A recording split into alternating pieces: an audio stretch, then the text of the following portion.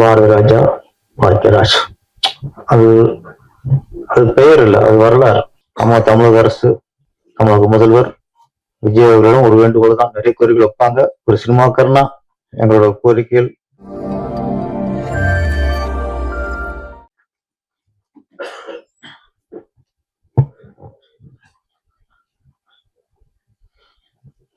அனைவருக்கும் வணக்கம்.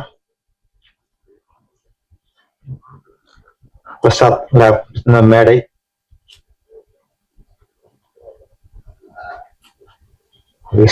வந்தா கூட ஒரு மனசு கணத்து போய்தான் இருக்கு. இதற்கும் இந்த மேடையில மக்கள் தலைவா அந்த திரைப்படத்தின் இசை வெளியீட்டு விழா நான் நடிச்சிருந்தேன். அந்த இசை வெளியீட்டு விழாவிற்கு இயக்குனர், திரைக்கதை மன்னன், எங்களது மானசீக குரு கே பாக்கியராஜ் அவர்களும்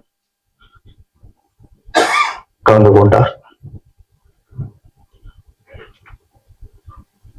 என்னை பொறுத்து அதுதான் அவருடைய கடைசி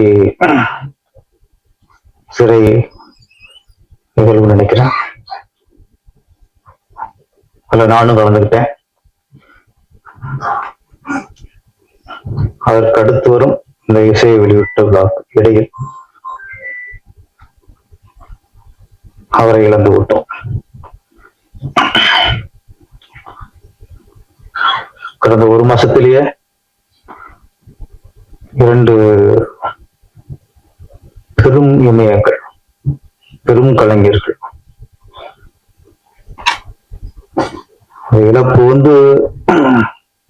அது எங்கே போனாலும் மனசு அது ஒரு பாரமாவே ஓடிக்கிட்டு இருக்கு. பாரதி ராஜா பாக்கியராஜ். அது அது பெயர் இல்லை, அது வரலாறு. அவர்கள் இருவரை பத்தியும் ராஜநேர கவிதை வாசித்தார்.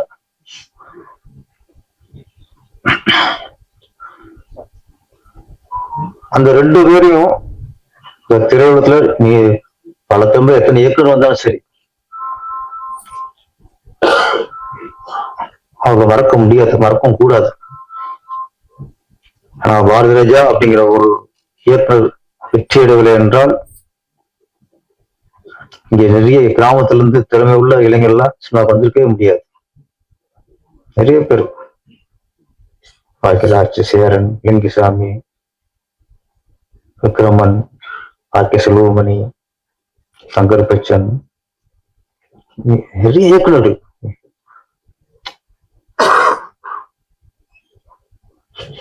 அவன் பாக்கியராஜோட படங்கள்லாம் பார்க்கும்போதுதான் ஒரு யதார்த்தமான வரும்போதுதான் ஓகே நம்மளும் நம்ம படம் ஜெயிச்சிடலாம் ஒரு நம்பிக்கையில வந்துச்சு. அதாவது 2 பேருடைய இழப்பு பெரிய இழப்பு.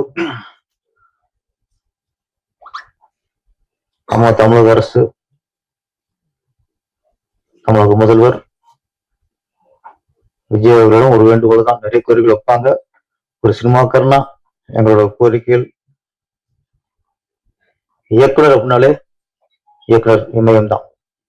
எல்லாருக்கும் இயக்குனர் பாரதி தான் ஞாபகத்துக்கு வரும். அதே மாதிரி திரைக்கதை அப்படின்னாலே அது பாக்கியராஜ் தான் ஞாபகத்துக்கு வரும். காலங்காலமா அது பதிந்து போன ஒன்று.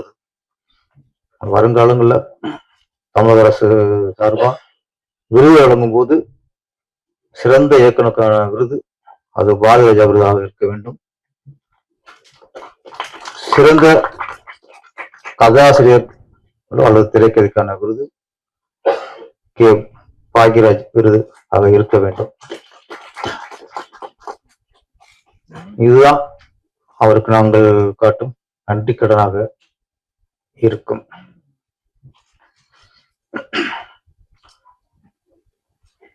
நம்ம இசைக்கு ராஜா ஆமா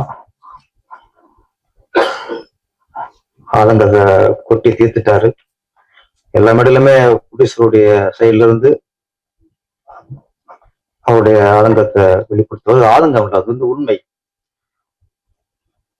ஒரு தொழில் அப்படிங்கிறது எந்த தொழிலா இருக்கட்டும், மளிகை கடையா இருக்கட்டும், டீ கடையா இருக்கட்டும், எந்த தொழிலா இருந்தாலும் சரி, துணிக்கடையா இருக்கட்டும், ஹோட்டலா இருக்கட்டும், தொழில்னாலே அது லாபத்தை நோக்கித்தான், வியாபாரத்தை நோக்கித்தான். அது தொழில்ங்கிறது. சினிமாங்கிறது தொழில் தான். ஆனா இங்க மட்டும் வியாபாரத்தை நோக்கி இல்லை, லாபத்தை நோக்கி இல்லை. அதோட வெளிப்பாடுதான் அவரு பேசிருக்காரு. நல்ல தீர்வு வர வேண்டும். ஏன்னா வர்றாங்க சின்ன சின்ன நடிகர்களுக்கு, சின்ன சின்ன டெக்னீஷியன்களுக்கு சம்பளம் கொடுக்குறாங்க, சாப்பாடு போடுறாங்க, அப்படியே போயிடறாங்க. ஒரு ப்ரொடியூசர் வந்துட்டா குறைஞ்சது 5,000 கூட பண்ணணும். அது ஆரோக்கியமான சினிமா. ஒரு கூட வந்து எடுத்தாரு போயிட்டாருன்றது ஆரோக்கியமான சினிமா இல்ல. அந்த ஒரு இது வரணும். பழைய காலம் வரணும். அந்த இசையமைப்பாளர் தினா அவர்கள், என்னோட திருப்பாச்சியோட அதான் முதல் படம், என் முதல் படத்தின் இசையமைப்பாளர். திருப்பாச்சி படத்தோட வெற்றிக்கு பாடல்களும் பெரும் காரணம். ஆமா, அது வந்து இப்ப பாட்டா ஈஸியா கேட்டுடலாம். நீ எந்த ஊர், நான் எந்த ஊரு, கும்பிட போனதுமா. ஆனா அது டியூன் வாங்கி பெண்ட கட்டினதுலாம். ஆனா என்னடா தினா சார்ட்ட திருப்பாச்சியில புது டேரக்டர் தானே, புது டேரக்டர் தான் அப்படின்னு ஒரு அலட்சியப்படுத்தாம ஒரு பெரிய இயக்குனருக்கு, ஒரு சாட்சி இயக்குனருக்கு என்ன மதிப்பு கொடுத்து ஒரு இசையமைப்பாளர் டியூன் போட்டு கொடுப்பாங்களோ அந்த மாதிரி எனக்கு போட்டு கொடுத்தாரு. அதுக்கு சில சபையில நன்றி சொல்லணும். 4 சவத்துக்குள்ள கொடுக்க தண்டனையும் 4 சவத்து கொடுக்க சொல்ற நன்றியும் மதிப்பு இல்ல. தண்டனை 4 சவத்து கொடுக்க கூடாது, அது மாதிரிதான். நன்றி. அடுத்து குழு சுரேஷ் வந்திருக்காரு. ஆமா, சில நேரத்துல கூலா இருக்கும், சில நேரத்துல சூடாவும் இருக்கும். ஆமா ஆமா, சில நேரத்துல சூடு சுரேஷ் ஆயிடுவாரு.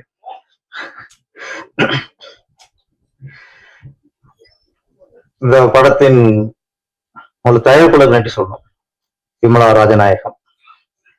ஏன்னா முதல்ல வாழ்த்து அப்படிங்கிறத விட முதல்ல நன்றி சொல்லணும் இந்த சின்ன சின்ன தயாரிப்பாளர்கள்லாம். ஏன்னா நீங்க தான் சின்ன சின்ன கலைஞர்களுக்கு, சின்ன சின்ன நடிகர்களுக்கு, சின்ன சின்ன டெக்னீஷியர்களுக்கு அவங்களுக்கெல்லாம் ஒரு வேலை வாய்ப்பு கொடுத்து ஒரு 5-6 மாசம், 1 வருஷமா, 4-5 வருஷமா வேலை இல்லாம இருப்பாங்க. உங்களுக்கு சின்ன புடிச்சது தான் உங்களுக்கு வேலை கொடுக்குறீங்க. அதுக்கு முதல்ல என்னோட நன்றி. அப்புறம் ராஜனா நிறைய இயக்குனராக இருக்கட்டும், மினிஸ்டர் டைரக்டர் எல்லாமே கேரளா. அந்த பாடல் நீ வந்துட்டு இந்த பாடல் தான் தினாசா சொன்ன மாதிரி, வந்தாரை வாழ வைப்போம், வந்தாரை ஆழமும் வைப்போம். ஆமா, அங்க தமிழர்கள் அங்கதான். அதனால இங்க வந்து எங்களுக்குலாம் மலையாளம், தெலுங்கு, கன்னடாலாம் இல்லை. இங்க வந்துட்டா கலைஞர் சினிமா மினிஸ்டர் டைரக்டர் சதீஷ் சங்கருக்கு,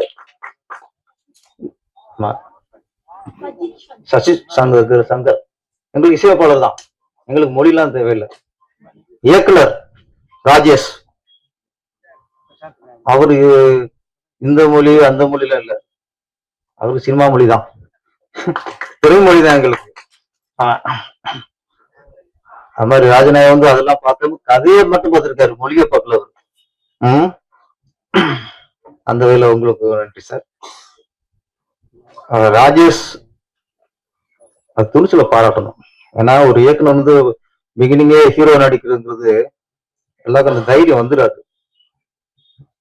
எனக்கு திருப்பாச்சி, சிவகாசி, திருப்பதி, திருவண்ணாமலை, அதுக்கடைய பழனி. ஆமா, பழனி முடிஞ்சதுக்கு அப்புறம் நிறைய வாய்ப்புகள் ஹீரோ நடிக்க வந்துச்சு.